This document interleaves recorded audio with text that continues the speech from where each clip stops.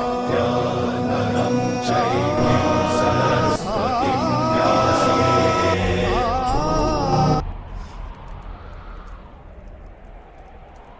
मित्र वो होते हैं जो अपने हृदय की भावनाओं को बांटे। तुम्हारे हृदय की पीड़ा में मेरा भी भाग है सखी। अपने भाग की पीड़ा प्राप्त करने आया हूं।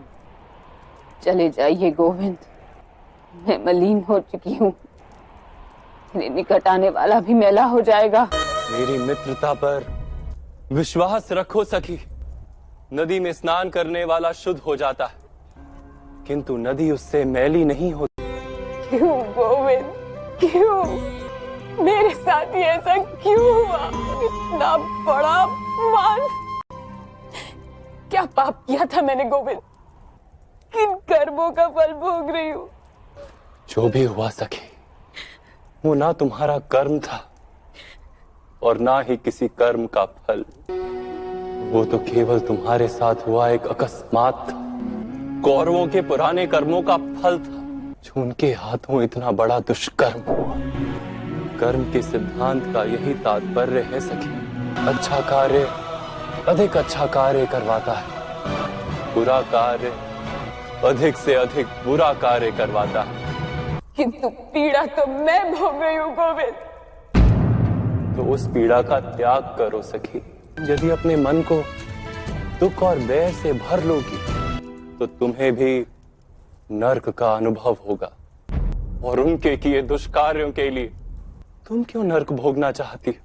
बैर का त्याग कर दो सखी, मन को निर्मल कर लो। नदी में जो मैल जाता है, नदी उसे समुद्र में उड़ेल देती है, स्वयं स्वच्छ हो जाती है। तुम भी अपनी पीड़ाओं को परमात्मा में उड़ेल दो। अर्थात गुरु सभा को क्षमा कर दूं? हाँ सखी, क्षमा कर दो, अन्यथा प्रतिशोध में फंसी रहोगी, न्याय नहीं कर पाओगी।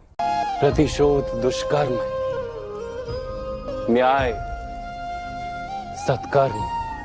भेद क्या हुआ गोविंद?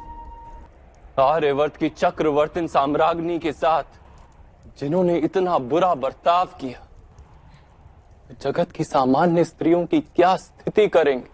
विचार करो सखी, अपनी पीड़ा में संसार की पीड़ा को देखो, अपने दुखों को संघर्ष बना लो। एक बात समझ लो सखी, जो केवल अपनी पीड़ाओं को गले से लगाकर जीता है वो निर्बल बन जाता है, किंतु जो व्यक्ति सारे समाज की पीड़ाओं को अपने हृदय से लगाकर जीता है वो बलवान बन जाता है। केवल अपनी पीड़ा का विचार करना दुष्कर्म, किंतु सारे संसार की पीड़ाओं का उपाय ढूंढना सत्कर्म। मैं तुमसे कहता, सबसे पहले दुर्योधन को क्षमा कर दो, वही उसकी विनाश की ओर प्रथम चरण होगा। और फिर दुर्योधन जैसे अन्य दुष्टों का विनाश करके संसार को स्वच्छ करने का उपाय ढूंढो। केवल अपने लिए नहीं, संसार के, समाज के निर्बल स्त्री पुरुषों के उद्धार के लिए युद्ध करो। परमार्थ के लिए किए गए युद्ध में चाहे कितनी भी हिंसा क्यों ना, फिर भी वो धर्म युद्ध है।